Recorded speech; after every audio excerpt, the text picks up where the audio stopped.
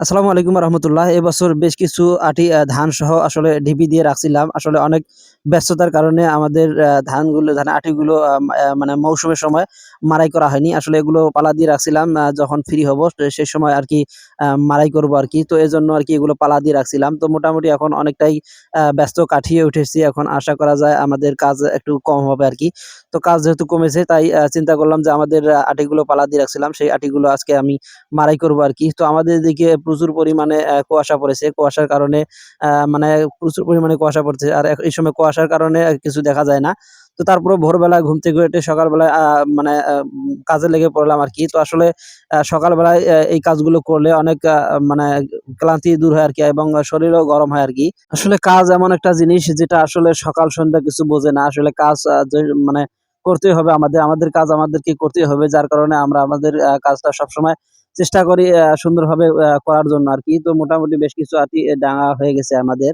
তো যে দেখেন ডাঙার পরে উপরের যে অংশটা অর্থাৎ যে ময়লাগুলো আছে সেই ময়লাগুলো পরিষ্কার করতেছি। পরিষ্কার পরিচ্ছন্নতাই হচ্ছে সবচেয়ে বড় মূল কাজ আরকি। তো কাজের ক্ষেত্রে যদি পরিষ্কার পরিচ্ছন্নতা না থাকে তাহলে অনেকটাই খারাপ লাগে। তো দেখেন মানে কাজ করতে অনেকটা গরম লেগে গেছে। আসলে কাজ করলে শরীর সবসময় গরমই থাকে আরকি। তো মোটামুটি গরম লেগে গেছে যার কারণে পোশাক খুলে ফেললাম। তো এখন আরো কিছু আটি এই যে নামাইতেছি দেখেন উপর থেকে। তো ঢিপিটা মোটামুটি এখানে আমাদের ১ বিঘা মাটির ১ বিঘা জমির আটি এখানে পালা দিয়ে রাখছিলাম আরকি। তো মোটামুটি এখানে ২-২.৫ হাজার আটি হতে পারে। তো সবকিছু সব মিলিয়ে আজকে কিছু আটি মাড়াই করবো আরকি। কারণ সব আটি হয়তো একদিনে মাড়াই করতে পারবো না। আজকে কিছু আটি মাড়াই করে রাখবো এবং পাশাপাশি আমাদের যে আটিগুলো আছে সে আটিগুলো আমরা এবছর ঢিপি দিয়ে রাখবো।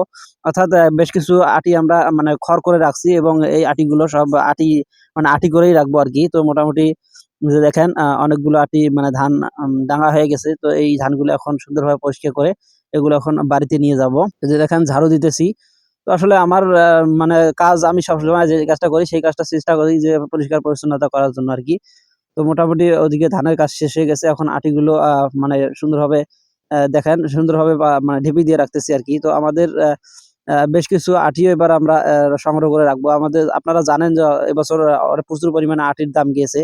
তো যার কারণে চিন্তা করলাম যেহেতু আমাদের অনেক গরু তো আমরা আমাদের সেফটি হিসেবে এবছর বেশ কিছু আটি আমরা ঢিপি দিয়ে রাখবো এবং আমাদের যে খড় আছে সে খড়গুলোও রাখছি।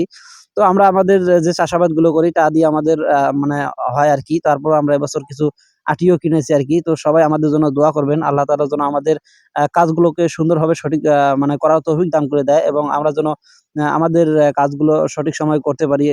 এই দোয়াটা করবেন ইনশাআল্লাহ। তো এই যে দেখেন মোটামুটি এখানে আমাদের অনেকগুলো আটি আমরা পালা দিয়ে রাখছি। তো এই আটিগুলো এখানে পালা দিয়ে রেখে তারপরে এই আটিগুলো উপরে পলিথিন দিয়ে ঢেকে দেবো আরকি। তো এবছর আশা করা যায় আর সমস্যা হবে না। আমাদের এদিকে অনেক গণ্যমান্য ব্যক্তি আছে তারা এবছর মানে আটি বিক্রি না করে অনেক ঢেপি দিয়ে রাখতেছে। তো আমরা আমাদের নিজেদের জন্য রাখতেছি। আমরা অবশ্য বিক্রি করার জন্য রাখতেছি না। তো যাই হোক এইভাবে আমরা মানে সুন্দরভাবে আটিগুলো পালা দিয়ে রাখবো।